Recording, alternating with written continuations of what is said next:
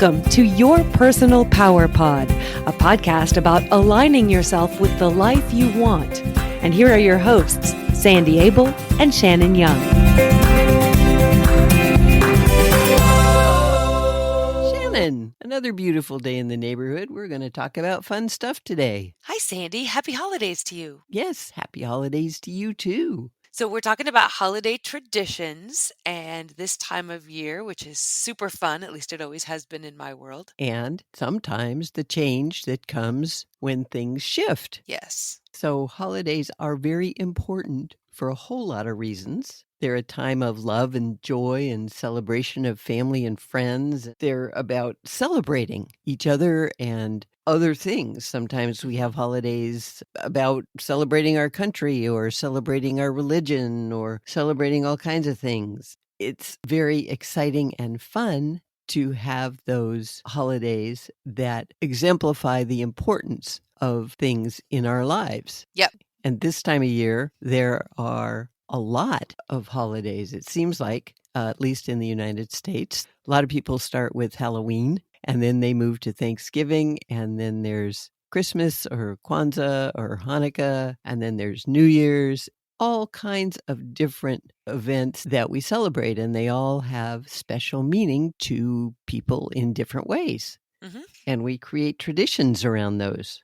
Traditions are important because they create a sense of comfort and belonging. Yes. And they bring families together and they enable people to reconnect with friends or maybe family members that they haven't seen in a while. Right. And they reinforce values. And they provide a place to celebrate the things that really matter in life. Sometimes we don't make time for that in the rest of our world, and the holidays give us permission to do that.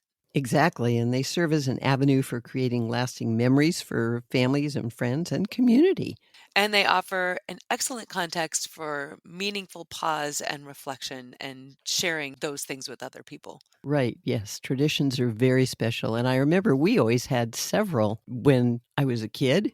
Well, on Thanksgiving, my father would barbecue a turkey and special family members and friends would come over. And you probably remember those things. What do you remember? Absolutely. Well, it's interesting because for a long time, I didn't think about those things as traditions. They were just what we did. And I kind of assumed as a kid, that's what everybody did. And then you get older and you realize that not everybody does the same things you do. And so getting a tree and going to the grandparental's house for Christmas and then going to our aunts and uncle's house for New Year's, like those kinds of things were cemented into my world as the way you celebrate the holidays. Yeah, and those were our family traditions. Every family, every group of people has their own traditions. They create them over the years. They give that sense of identity. Having a tradition is very comforting. You know, this is what we're going to do on this day, and this is what will happen, and this is what we're celebrating. And it's really important to have those. But they change eventually. Yes, like you mentioned, going to the grandparents' house, and then they passed on. Our kids grow up and leave. They move on and have their own lives. Situations change. People move away, or people just drift away from friendships, or all kinds of things happen to change the traditions. And when that happens, it can be really uncomfortable. And then when we deal with that, what happens is we go through the grief process. As we've talked about before, there are certain stages that we experience when we're grieving, and we grieve everything that is different. We grieve changes. Even if they're good ones. Oh, absolutely. Absolutely. If you get married or if you graduate from school, those are things you've worked for and you really want. You're going to grieve because along with gaining something, there is a loss. And a lot of people don't realize that, and they get very confused when suddenly there's this big gap where they used to have whatever it was they were doing. For example, when you get married, obviously you want that, you choose that, but you lose part of who you were as an individual, and you may lose some freedom to put stuff in your house the way you want it in your house, or drive the car you want, or to see the people you want, and things just shift. The same with all kinds of other changes. We grieve them. This year, we are not putting up a Christmas tree, which is hard for me. Oh, yeah. You're very a Christmas woman.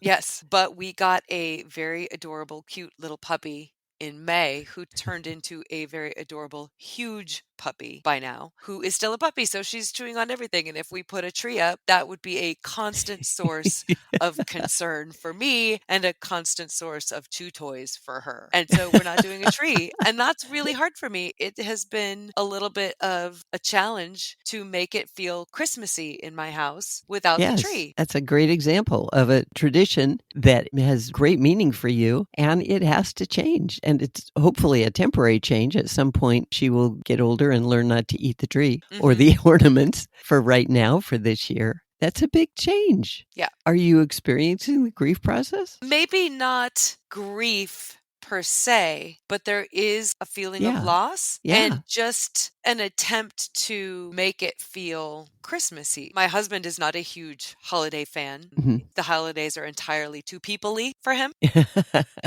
It's kind of been a process making the holidays work for both of us over the past few years. So we adapted our holiday tradition. Whenever we put up the Christmas tree, we play Pink Floyd Dark Side of the Moon.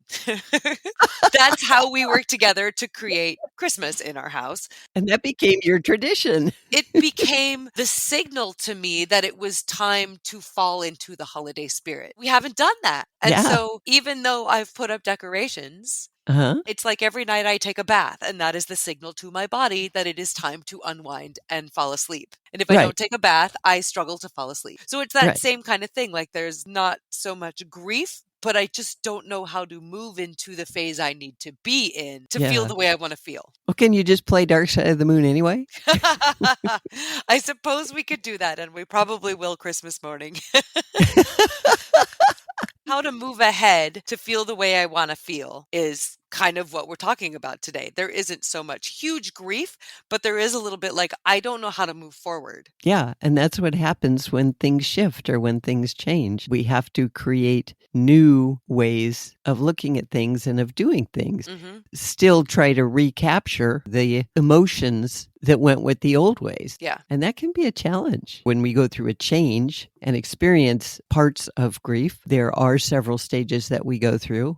The first one, of course, is the denial or shock stage where we just say, hey, this has changed, but it's no big deal. I'm fine. I can deal with it. It's all good. The second one, we might find ourselves being angry about things that aren't even what we're grieving about. We don't realize that it's about the change that we're experiencing. We're just sort of on edge and ticked off. Anger is a big part of the loss grief process. Mm-hmm. And then there's guilt, because you've been angry and then you feel guilty and then you think, wow, maybe there's something I should have done differently. You beat yourself up about things that really you don't need to beat yourself up about, but it's important to be aware that that's part of it. And then a big part of it is depression. Whenever somebody is dealing with a big change, you might find yourself just kind of sad or depressed where your brain is real fuzzy. I know I've talked about many years ago, I went through a huge life change. All I could do was sit and stare. Yeah. I would rouse myself and say, wait a minute, this isn't me. I'm a busy person. I get stuff done. And I would get up and go into the next room and just sit and stare. What I didn't realize was that my subconscious was so busy coming to terms with the change that had happened in my life because my subconscious was just busy. The depression part of change can be really scary if you're not aware of it and you don't understand and give yourself a break. Realize that your brain really isn't gone forever and it will come back. And just, you got to be gentle with yourself. As always. That is true. How does bargaining play into this process? If it's a change you're not happy with, you sort of talk to the universe or talk to God or talk to whoever and say, you know, I really don't want to feel this way and I really don't want to do this. Maybe if I just change this, what can I do? How can I make it different? How can I experience this change but still be fine?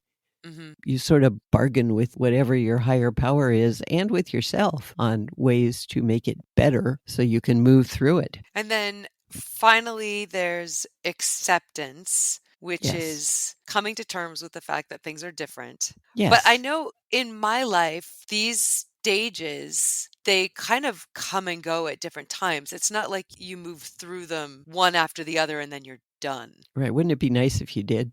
Wouldn't it be great? Yes, if there were just a 1, 2, 3, 4. No, you can experience all of these feelings within 15 minutes. Mm-hmm. You can go from denial, which is it's no big deal, to anger, where I'm really annoyed with this, to, oh, gee, I'm just sad. The important thing with all of this, whenever you're dealing with change, not just around the holidays, with any change in your life, is to be aware that you might be somewhere in the grief process, especially if you're acting in a way that you're not used to acting, if you're doing something or thinking in a way that you don't usually do. Just identify for yourself, oh, yeah, I'm grieving. I think I mentioned a while ago that I grieved when we sold our car, which was very weird, but it was a special, well, it wasn't a special car. It was a 4-door Toyota.